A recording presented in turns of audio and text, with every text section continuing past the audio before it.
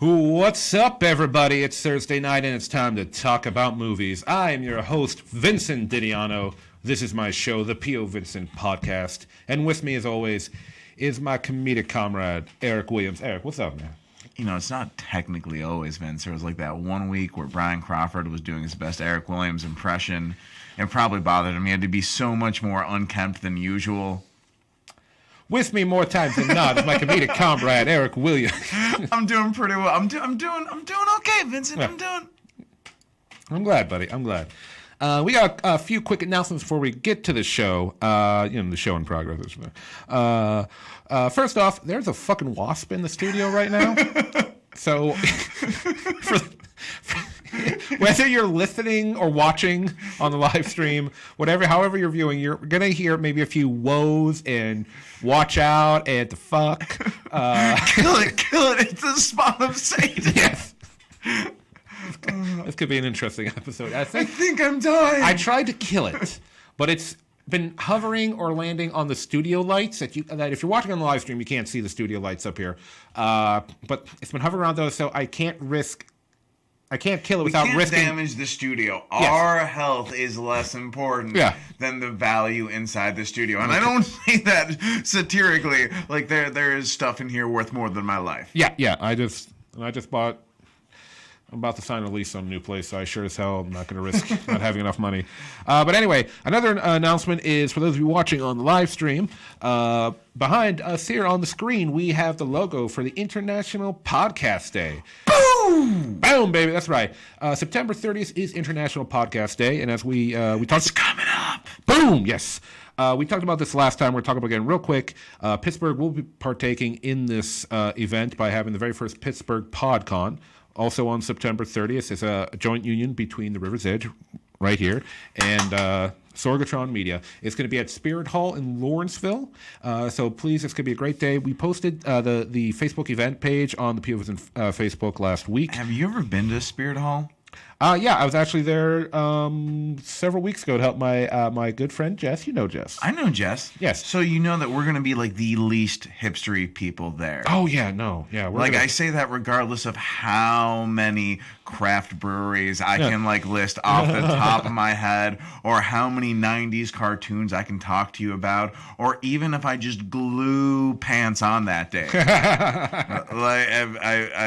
I would have to get a whole bunch of tattoos and research. I could even list all of River's Edge wonderful discography that some people might be like, who's that band? They're not a national band. I don't know who that is. They'd be like, they're Pittsburgh.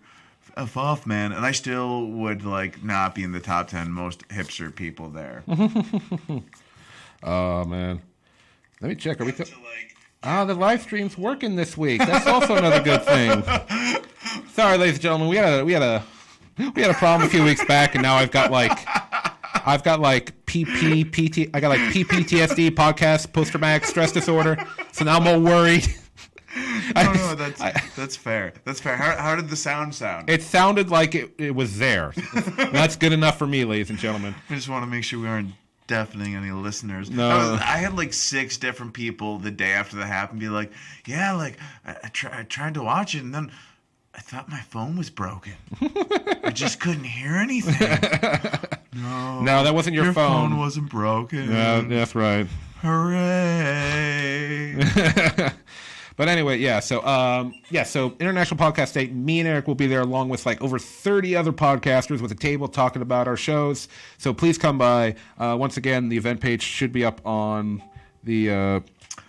River's Edge Studio, obviously awesome, as is Sorgatron Media. Just a shout out to the Pittsburgh peeps out there. Oh yeah. No, Bryan Crawford, who filled in for you the other week. Also the guy behind the River's Edge Network. Him and along with Sarah Kramer. Oh God, half a second away. Damn it, Eric. Damn it.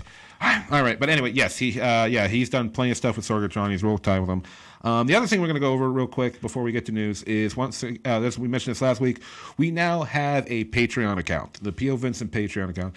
If you enjoy this show and if you would be so kind as to support it, please head over to patreon.com/POVincent and contribute some money to the show.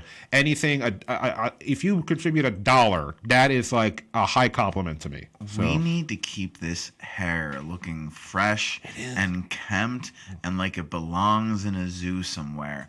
While I still have it. I feel like Vince still has a few years. I'm afraid this is going to run away like a dog that you yell at once. Man, hey, if you go bald, bald can be sexy.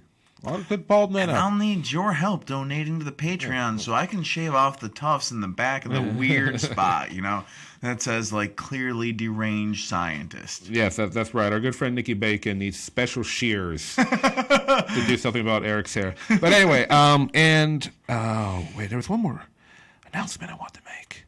Patreon International Podcast Day. We're awesome. Yes, that is true. We're awesome. The fourth thing I want to mention, we are going to save to the end because I have a bit of announcement regarding. Yes, we're going to save it to the end. But until then, ladies and gentlemen, it's time to get to movie news. Oh yeah. All right. So the first thing, we finally, a lot of Marvel fans were waiting for this. We finally, ladies and gentlemen, got the trailer for the new Marvel film, Captain Marvel. Now, we got to clear some stuff up here. Firstly, do not confuse this with the Shazam movie. Yes, technically, the superhero from the movie Shazam is called Captain Marvel. And that Captain Marvel existed first. He's a DC hero. But there was a legal dispute or something where, like, basically the two studios came to a consensus. Okay, so we both have two characters called Captain Marvel. You're Marvel Comics, so we'll let you say Marvel. But, it's like, you got to make it cool, all right? So I don't know whether they're going to call Shazam Captain Marvel or they're just going to call him Shazam. I know at some points in the comics he's just been called Shazam. And, so this is Marvel, not DC. This is not Zachary Levi. This is Brie Larson in the role. And the trailer finally came out, and it's set in the 90s, and we got a lot of cool stuff. The trailer starts out with Captain Marvel, Brie Larson, falling out of the sky in some kind of explosion. And then, boom, she lands through the roof of a Blockbuster Video. Oh, yes. He's actually watching it right now. I am. I'm going through it. And you know that this takes place in the 90s because that Blockbuster Video isn't in Anchorage, Alaska. No, it's not. You do know that there's like 4 remaining Blockbusters. Yeah, one of them is like somewhere in or around Ohio. What? I think. It's like... What? I can't... We don't got time to look the shit up now. We got to talk about Captain Marvel. We'll talk... But anyway... Anything, I mean, we're 90s guys. And so anytime Blockbuster comes up. Because technically, we're 80s guys, but yeah. I would call myself more, here's the thing.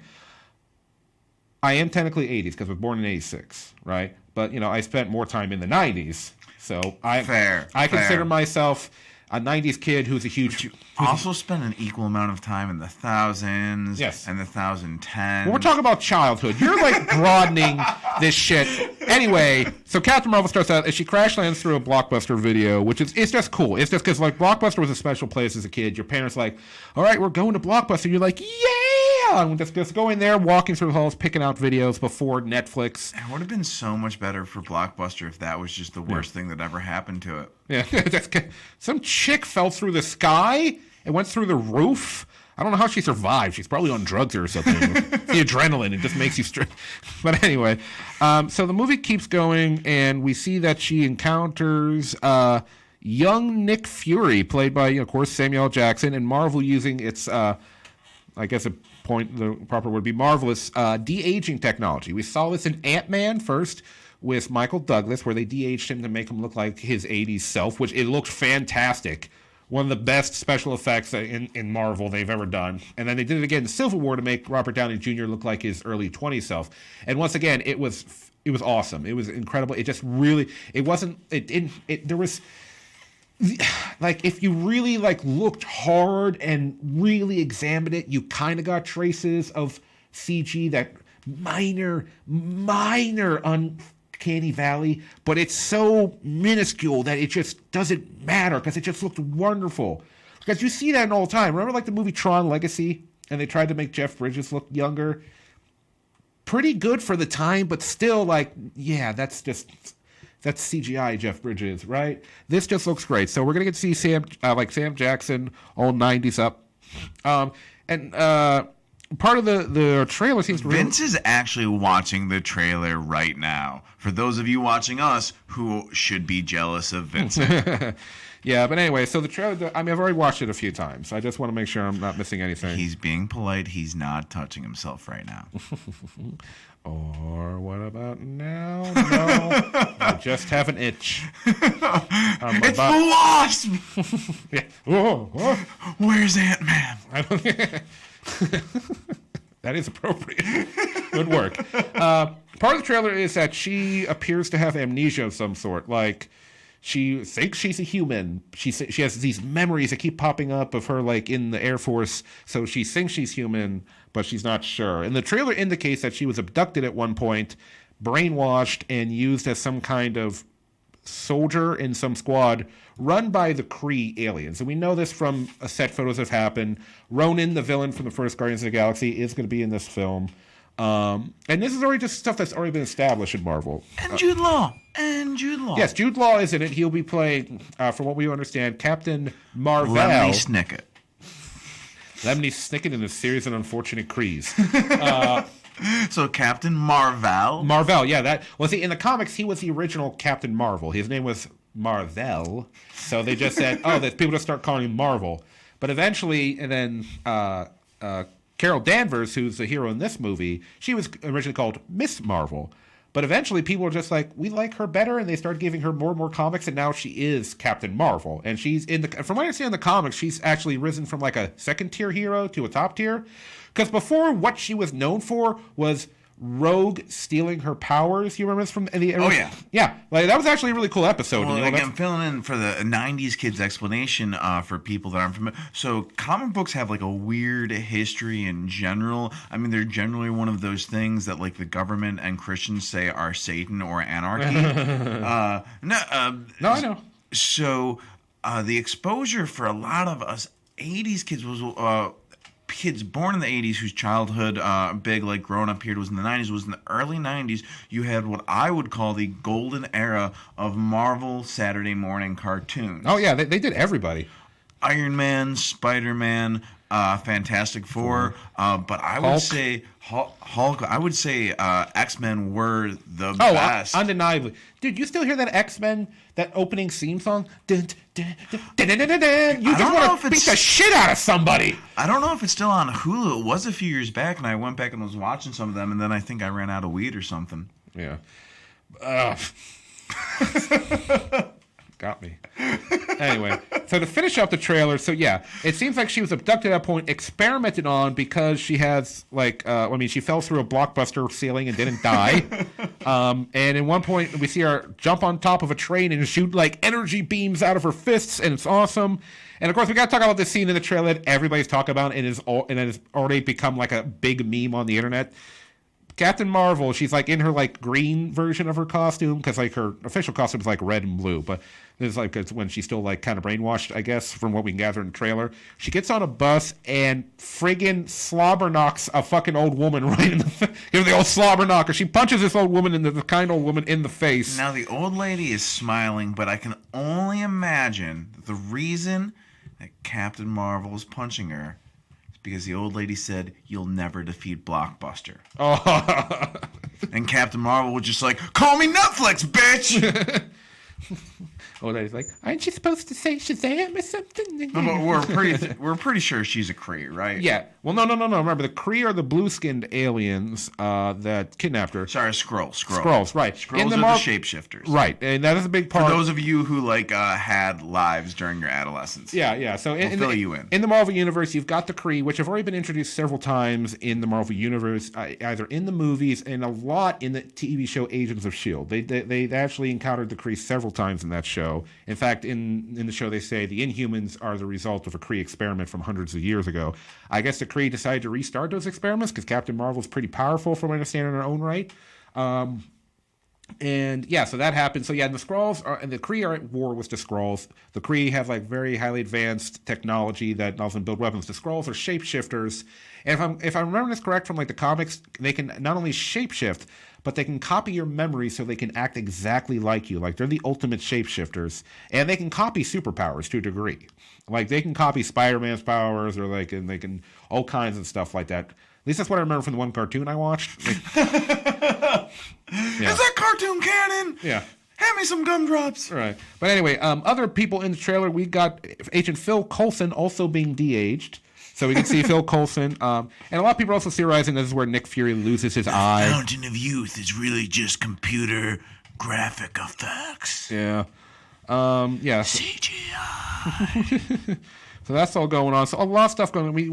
I mean, the trailer, a lot of people aren't saying the trailer is getting them too excited, and I kind of get that. I mean, the trailer is giving us a lot of information, but I can understand why people, it's not giving you, I don't know, a lot of excitement, except for this one scene where Captain Marvel has energy flowing all over her body. She's kind of got a Super Saiyan thing going on, which I don't know. Who went Super Saiyan first, Captain Marvel or Goku? I don't know. Chicken or egg? But anyway, I'm actually kind of... I think the real question, Vincent, is she over level 9,000? Oh, she's not. She better you're calling it, right? You're saying she's not? No, I'm saying she better be. Okay. She better be, because if she's not... Because Brie Larson, we mentioned this before, Brie Larson in an interview said Captain Marvel's powerful enough to move an entire planet. So you're saying you have to be over level 9,000 to move an entire planet? No, you can blow the chunk out of a planet at 9,000, but move it, I don't know. Like, it's got to be over 9. I got to say it right here. 150 minimum. Got to be 150, level 150 minimum. You mean 150,000? Yeah. Okay. Because you just said, I was like, 150 is lower than 9,000. Right? No, 150K. 150K. Okay.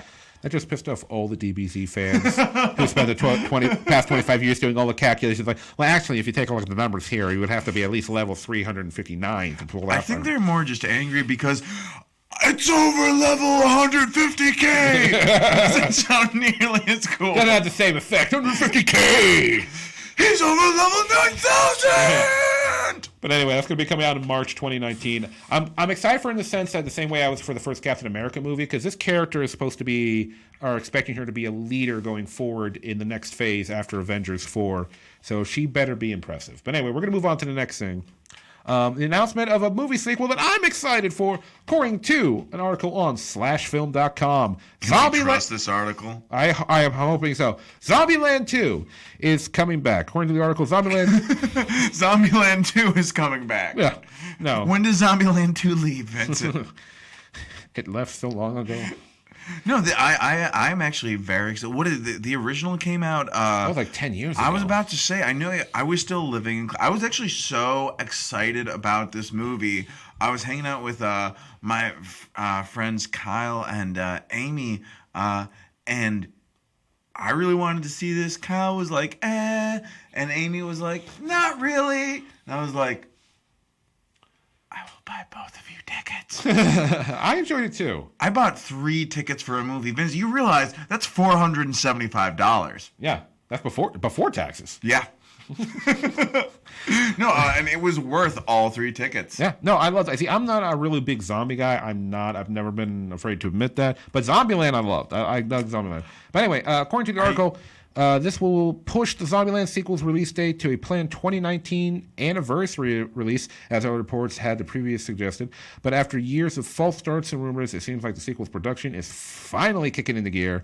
In an interview with Fandango about his upcoming comic book movie, Venom director Ruben Fleischer talked about another franchise that he's resurrected. I'm thrilled, he said, to helm the upcoming Zombieland 2, adding, we're already actually starting Zombieland. I've been scouting and storyboarding and getting it going. And to get to work with that cast again is just an absolute dream come true. It's been really exciting starting to think about that movie. And to get to work with Emma, Jesse, Woody, and Abigail once again is truly a dream come true. Yeah, we're just at the very early stages, but we have an amazing script and we're going to start shooting in Georgia in January. So the whole cast is coming back. I'm excited. The original is pretty remarkable because this statement comes with like a little bit of an asterisk but that movie essentially like launched, relaunched, or lifted everyone in it like up a tier at least. Yeah, because Woody Harrelson, I mean, this is around the time when he was just starting to get like the whole, like he was always a successful actor. You know, it hadn't been anything huge in a while. Except I think he did something right before that. But this is like starting when he was redefining his career, because he'd done a lot of comedy stuff in the past, or like maybe like a little drama here and there. But this is when he was like, oh, Woody Harrelson's an Oscar contender actor. This is like when he was establishing that, you know. But and this was like this was what, post Rampage, like just, or did Rampage come after that? The Rock movie? No, I'm sorry. I guess there's a movie from a similar title where he plays an angry cop. Oh, I don't know about that. But isn't that what he got Oscar consideration for? Or am I forgetting? I can't remember. This was 10 years ago. I'm so fuzzy. But yeah, everyone's doing Vincent, you got to lay off that linguine, man. Yeah. What have I been telling you? Stuff will mess up your memory. It felt delicious. All them herbs in those sauce. Anyway. But yeah, no, everyone like took off. Like Emma Stone was a working actress at the time, and she was getting known. But after that, she really started to blow up left and right. Abigail Breslin was already pretty household name because of Little Miss Sunshine. So Emma Stone, super bad. Like put her like people were like, oh hey, like her from that. But like this was like, oh dang, Little Miss Sunshine, like you said. This was again like, oh, she can play something other than like the little girl. She also was absolutely wonderful on 2 seasons of Scream Queens, only one of which was really worth watching, unfortunately, which is why there's not 3 seasons of Scream Queens. Right. Oh, man. Anyway, so I'm just excited. Like I said, we got a lot of news to get through, so we're going to keep trucking on. And we're going to move on to our next story. But anyway, Zombieland 2 is coming out finally. I'm excited for it. Once again, I'm a fan of the first one. I hope they find more Twinkies. Not snowballs. Right. Fuck snowballs. Fucking snowballs. But anyways. Are we ready for our next section?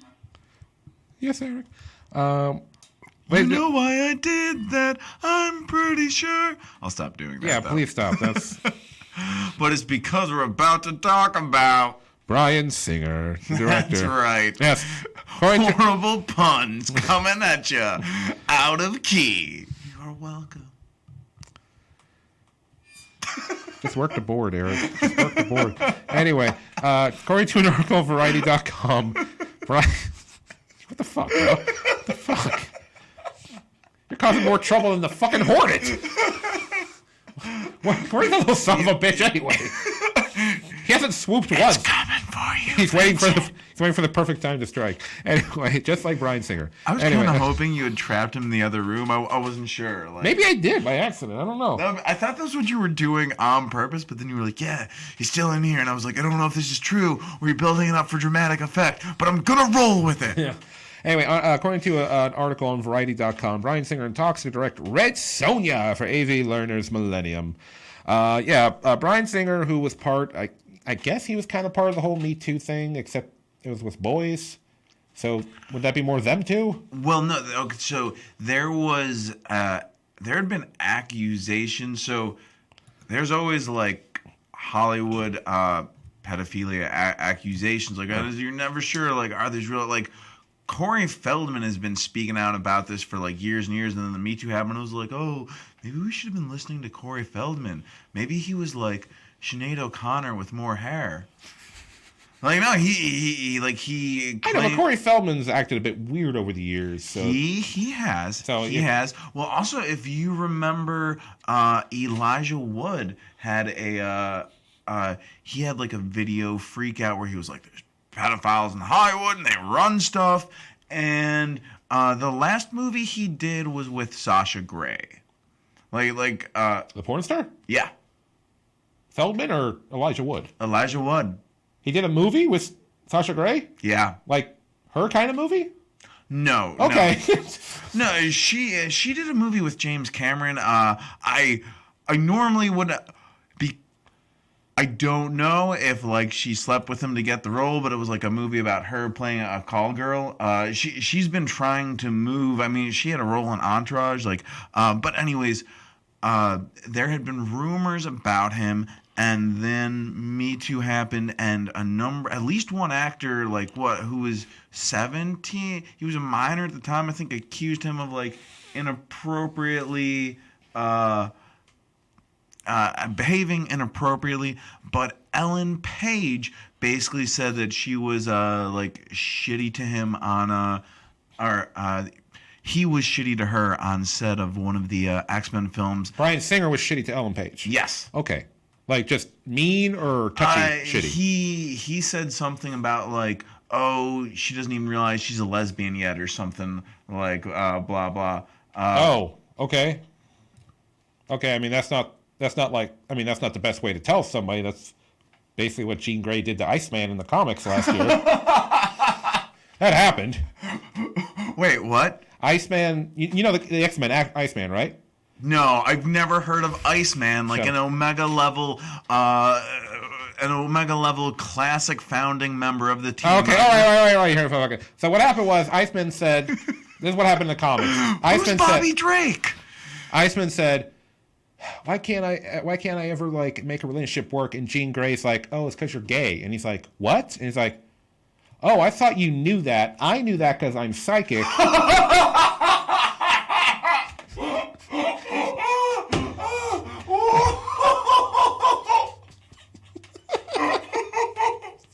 Fucking hell. No, I'm sorry. I've never we're nerds. I'm sure we've thought about all sorts of weird hero power stuff, especially after watching Mallrats, in which the character Brody fantasizes about all the different ways that certain superheroes' powers would affect sex and sex organs. But I've never thought of oh yeah, you're a closeted homosexual, and I know this because I'm telepathic. You just don't know it.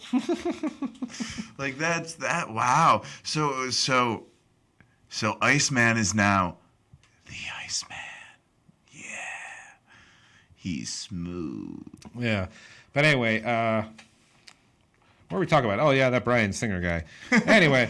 He's got a movie. Right. He's making a new Red Sonja movie. So Rose, remember the Red Sonja, the comic book series that was turned into a movie in the 80s starring Brigitte Nielsen and co-starring Arnold Schwarzenegger and that kid from Surf Ninjas. I don't remember his name. He still gets work, by the way. He does more stunt work now, but... Yeah. Okay, there you go. I feel like I dissed him. I was had to remember, oh wait, this guy's still working in Hollywood, and he makes more than we do annually. Yeah, and if you were to do a podcast, it would probably have more bureaus. Yeah, and I also forget, I've seen pictures of him. He is still ripped, dude. You're cool. I gotta say that now because he's gonna find me and whoop my ass. Anyway, so Red Sonja, yeah, it's gonna be. When are they gonna remake Surf Ninjas? I don't know. At some point, Hollywood will stop remaking movies and they'll remake eras. Whenever Hollywood remakes the 90s. We've devised a technology. I mean, was the original TNMT, that was 90s? They already remade that. That was 80s. Oh, was it? Okay. Yeah. And at first an independent film before it got picked up by New Line Cinema. Yeah, I didn't know that. It was an independent film they were working on. The New Line Cinema came in. It's we like what you're doing here. It's our movie now. Yeah. No way. Yeah. They just came in and just totally foot soldier took over the Ninja Turtles. Well, I think they were running out of money, and they were like, sure, New Line. Sure, New Line. Because they were already You can be our Shredder. Yeah, because they were constructing the turtle suits before New Line came in. So, those turtle suits, wow, they were really good back in the day. And yeah, sure, Vincent. They were good. As the movies went on, if you compare how the way the animatronics in the suits in the first turtle movies are to the way the animatronics were in the third movie, the animatronics in the third movie are almost as choppy as Chuck E. Cheese animatronics. I'm not kidding. They're anyway, all right. So yeah, Bryan Singer. I mean, he the last X-Men movie of the current franchise coming out next year was Dark Phoenix. He's behind that, and now we got Red Sonja coming up, which I'm kind of excited about. Is it starring The Rock? Picturing The Rock with long red hair now and a metal bikini as his armor. But hey, we're moving on for more Marvel news. This one kind of blew my mind. From another article on Variety.com, Loki, Scarlet Witch, and other Marvel heroes to get own TV series on Disney streaming service.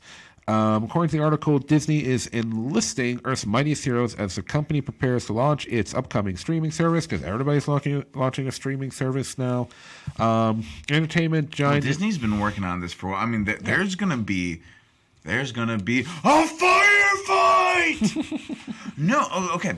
So at this point, Hulu has a streaming service. Netflix obviously is primarily a streaming service. DC has a streaming service. But isn't DC's like an extension off of Netflix's? I don't know. I'm not gonna get it.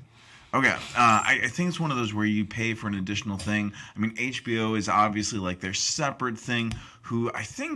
I don't know. I feel like they're running into a little more trouble because I couldn't get them out of their package of this thing. But Amazon's in the game. Hulu, you may know, is like owned and co-owned by like a couple of the different television corporations. Yeah.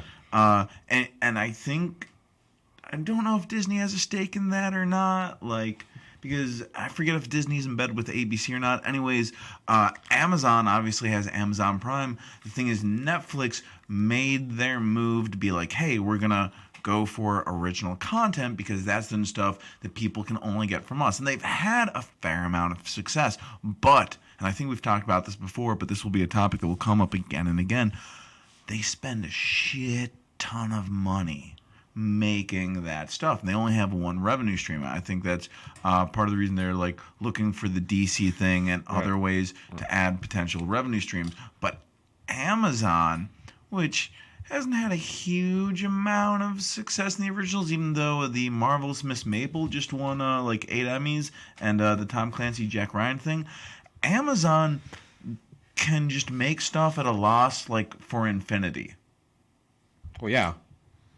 Jeff Bezos can buy anything. He is the richest man on the world.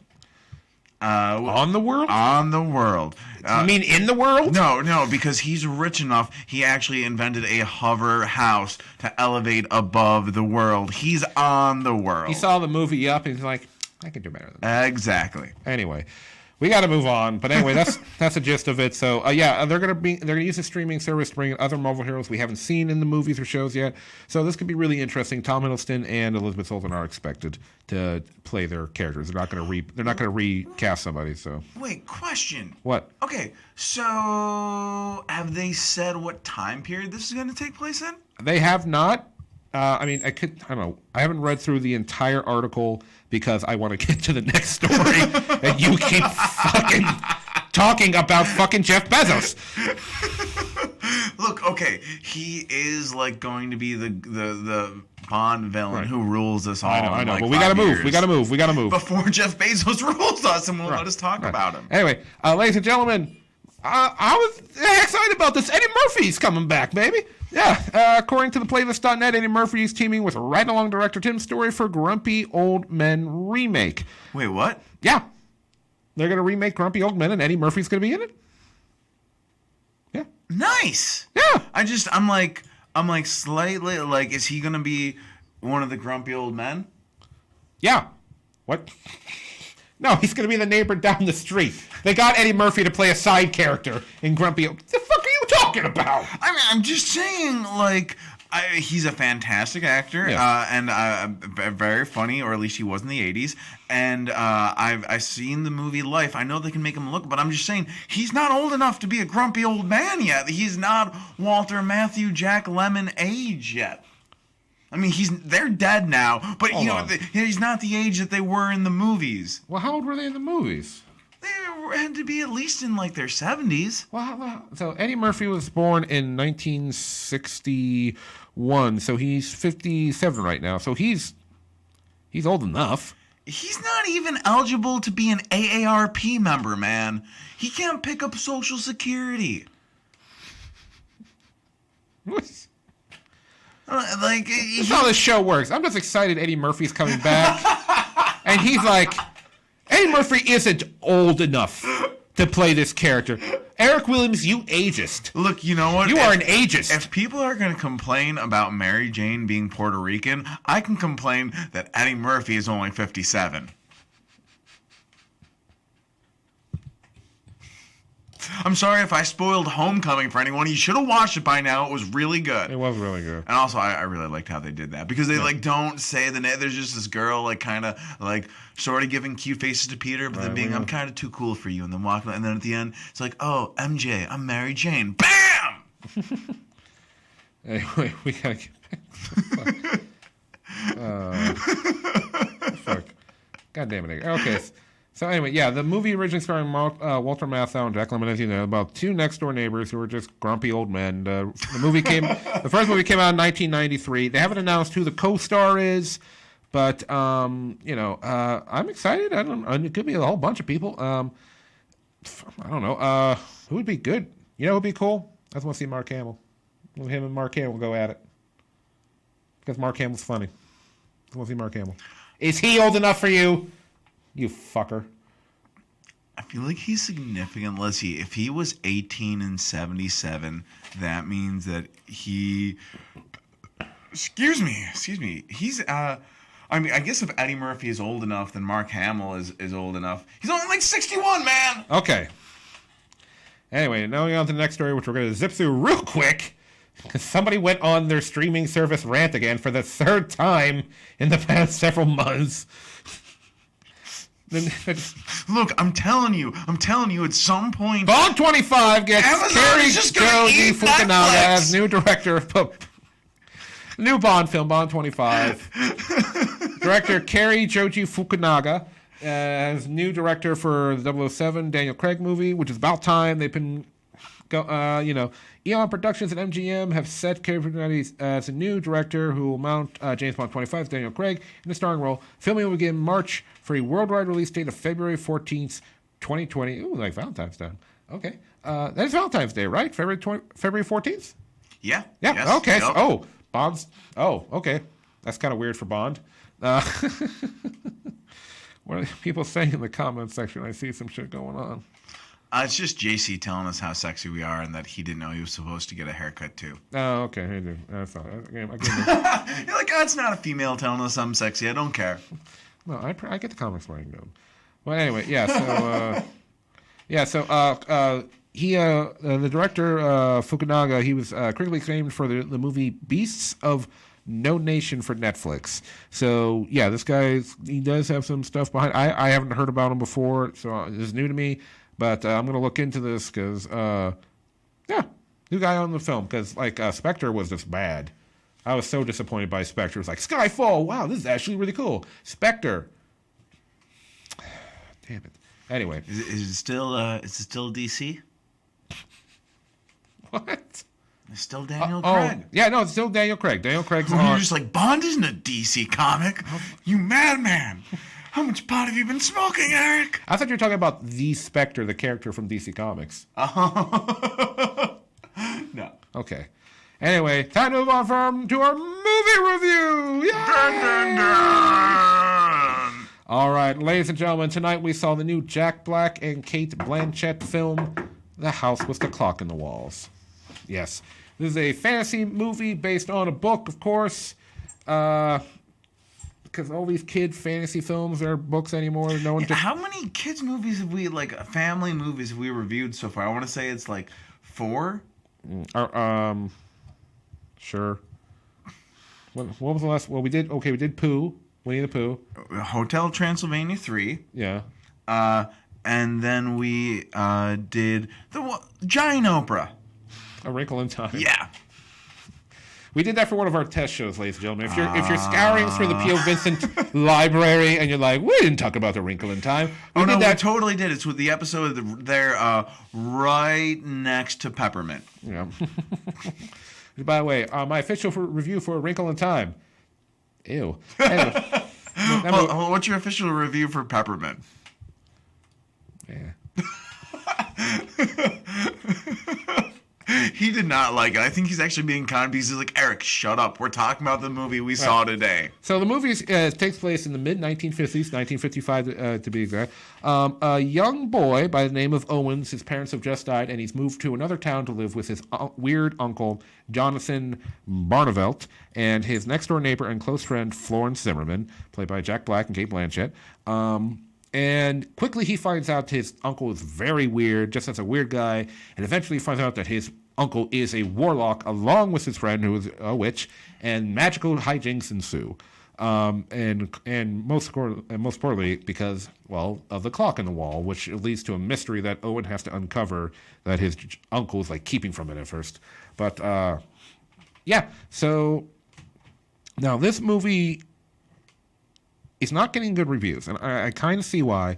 I think a lot of it has to do with the first half of the movie. The first half of the movie, things just happen. We're introduced to a lot of information, things one after another, but not in like a flow. There's no flow to like, it's just like introduce uncle, introduce next door neighbor, introduce weird stuff happening in the house, introduce like new kid at school, no one likes him, introduce possible friend, introduce this, introduce that. It's just like there's no like real flow to these events. They just one after another. And all the stuff is the kind of they expect. Oh, the new kid in school, and like nobody fucking likes him. And it very much viewed like a lunch lady food tray. Just blop, here, have it. Yeah. And also there's a lot of awkward moments in the film. There's this one moment where I think Eric missed it because Eric, you were running late. You had like work or something. Where I'm late to everything. I'm going to be late to my own funeral. You see, I was trying to not say it like that. I was trying to be nice. But yes, Eric is... It's a consistency. But yeah, at least I'm dependable. Yes. But anyway, there's this moment in the movie where Jack Black, the uncle, accidentally insults the memory of Owen's mother and father unintentionally. He didn't realize what he did, and then the kid actor just starts crying, and it's just cringy. It's just like this weird, cringy, awkward moment where the kid's not like the cry is bad. Jack Black's like reaction to it is bad. It's just awful. I'm glad I showed up late. Yeah. And they didn't build up the magic moment, you know. Like in Harry Potter, there's some build up. At first, we get to see this movie spends a decent amount of time showing Harry's like home life, what's going on with him, and then they start building stuff up. Right, the snake incident happens, and then like the letters start flowing in, and they run off and all that stuff. Right, but there's some build up where we just get to see what his life is like before the magic. With here, it gets right into it. The second, like first, we meet Jack Black with like in a 2 or 3 minutes of the film starting. He's weird. They get to the house. The house is weird, and right off the bat, you see little magical things happening around the house that the little boy he doesn't notice yet. There should have been some build up to the magical events happening, and there really wasn't. Because once again, they're just introduce this, introduce that, introduce now. We've introduced this, now let's introduce that. That's basically the whole first half of the movie. I will say the second half. I think the second half of the movie where things picked up. The flow of things was a little bit better. There was some nice little tender moments between some of the characters. Not great. Like I mean, the kid actor in this movie. What is his filmography? I don't think I've seen him in other stuff. He plays one of the kids in the Daddy's Home movie franchise. And that's a credit anyone would be proud of. Eric, don't give this kid like false ideas. Okay, that's not good. And he was in the movie Mother's Day. These are like his big credits right now. But anyway, he's a young kid. I don't know. There were some moments in the movie where he was fine. I was like, oh, okay, that's what. But another movie was like, there's a moment in the movie where he's getting attacked by killer books. And, like, he's screaming, and it's like, oh, that's a good scream. Like, I actually believe you're fucking terrified right now. I am. Bryan Singer is making a guest appearance on set. Yeah. Jack Black...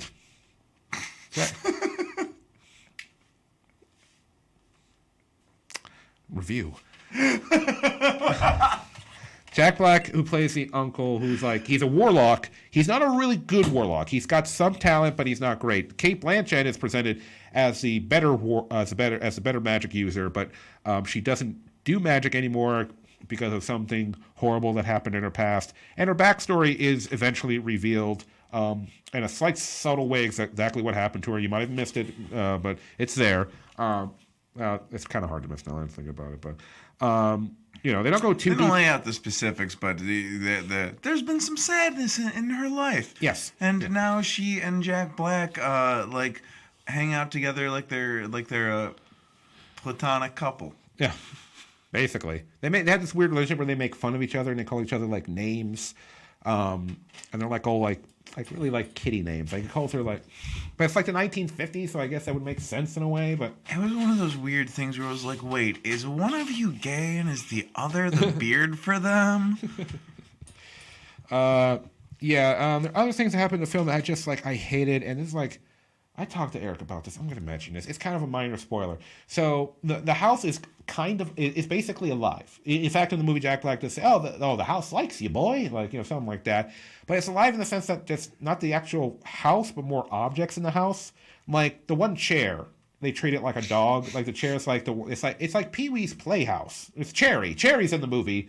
Good. I'm glad Cherry's hasn't gotten work. She got typecast after Pee-wee's Playhouse. Just like Eddie Murphy, she's making a comeback. Exactly.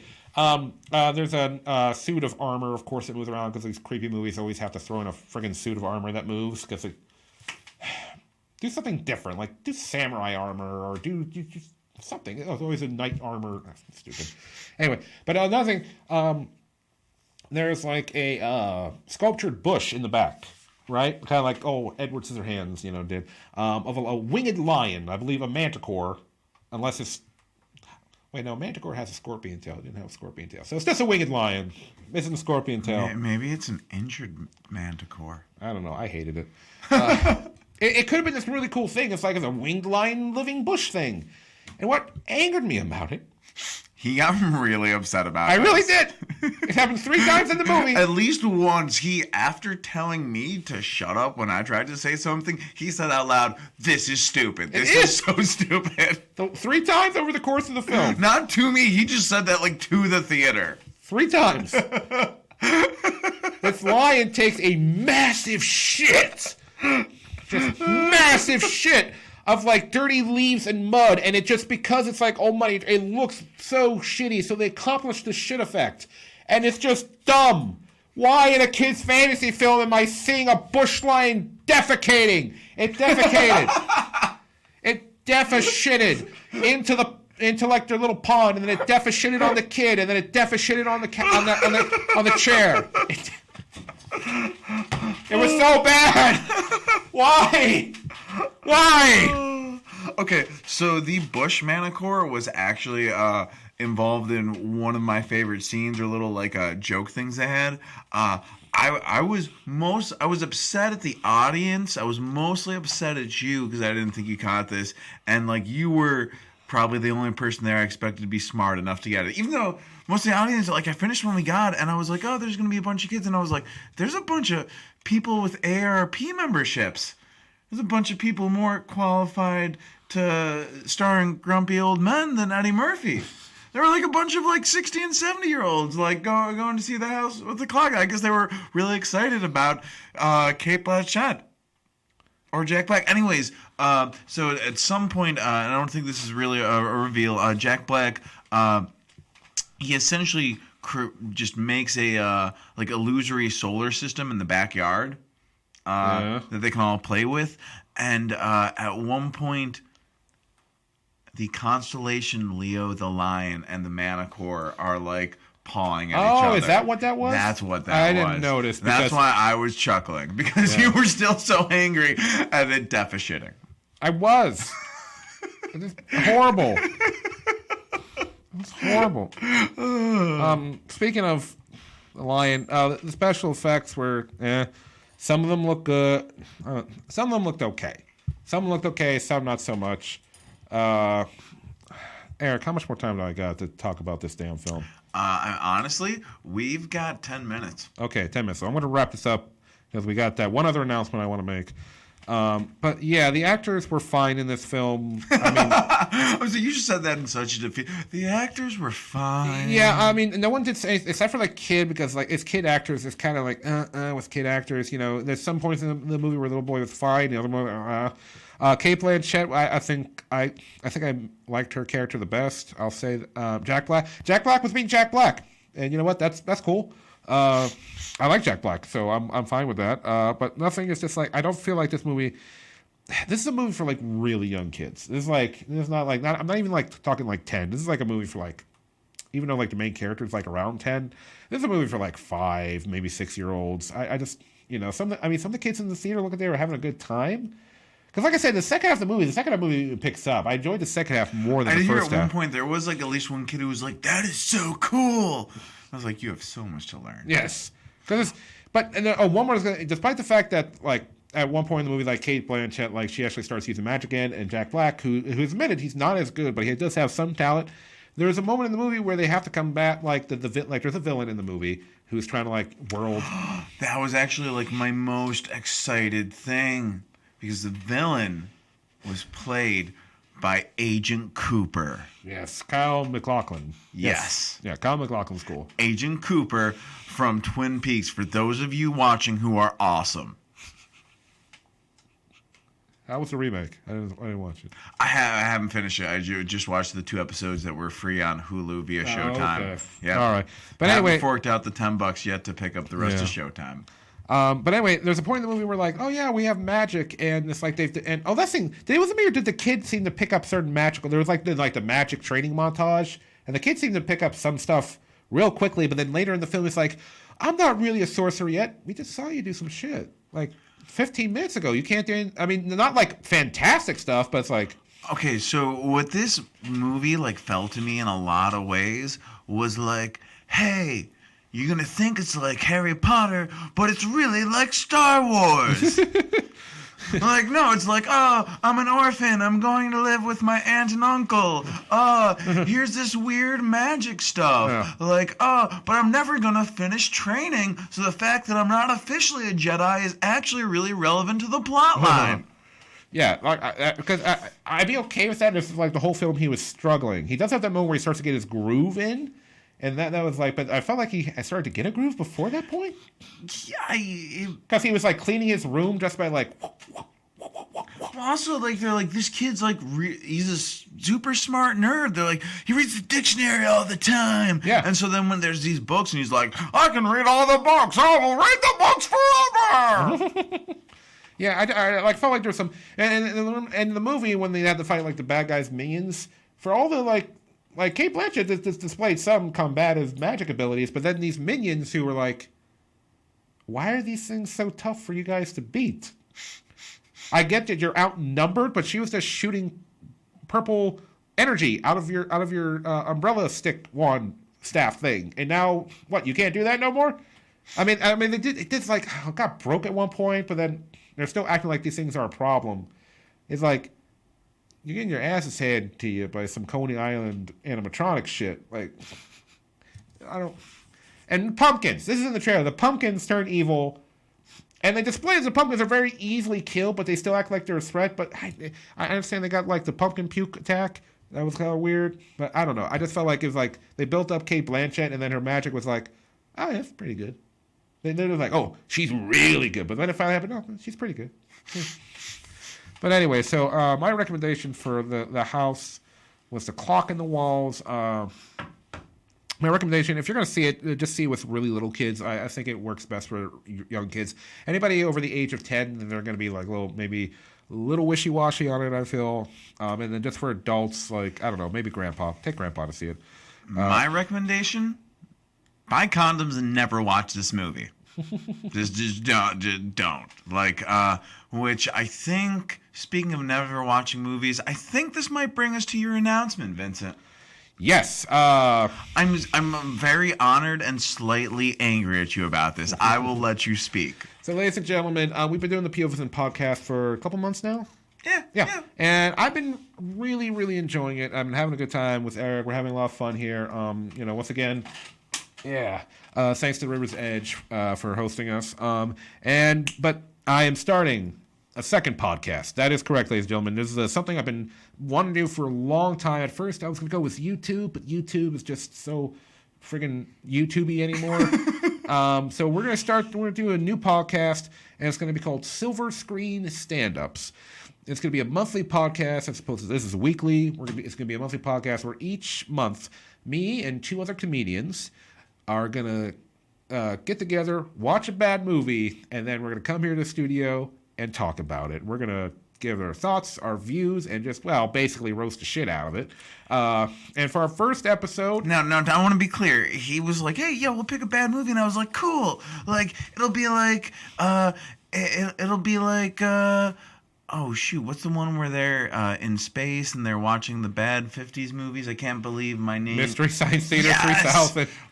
My brain just blanked on the name there. Yes. I was like, yeah, it'll be like that. We'll watch it. No, you picked a recent horrible movie. Like a movie. I have a reason for that. A movie that I generally finish movies, or like if I stop watching them, it's because like I watch half of it and then I'm like too high to continue watching and I go to sleep and I just never finish it. And it's normally not like, oh, I thought that was awful. It's just like other stuff happened in my life. But this was, I got like 15 minutes in and I was just like, no! And then I returned it to the library and then I set the library on fire. Anyway. So yes, the movie. Now I'll say first. Once again, Eric will be joining for the first episode, along with our good friend Zach Funk, another comedian. We'll be rotating the comedians out every episode, but for the first one, I wanted Eric on because it felt appropriate. He's my co-host here on POVincent. Thank you, buddy. Yeah, no problem. And Zach, Zach is a good friend of ours, very nerdy guy, and he'll definitely have an opinion on this film. We're gonna rewatch it. We're gonna rewatch it right before we start the podcast. No. You're gonna rewatch it. No, I'm gonna watch it for the first time. I'm gonna. True. Okay, so the movie we're watching is the premiere episode is going to be Wednesday, October 10th. And what movie is coming out that week? Venom. So for the first episode of Silver Screen Stand-Ups, we are watching Spider-Man 3.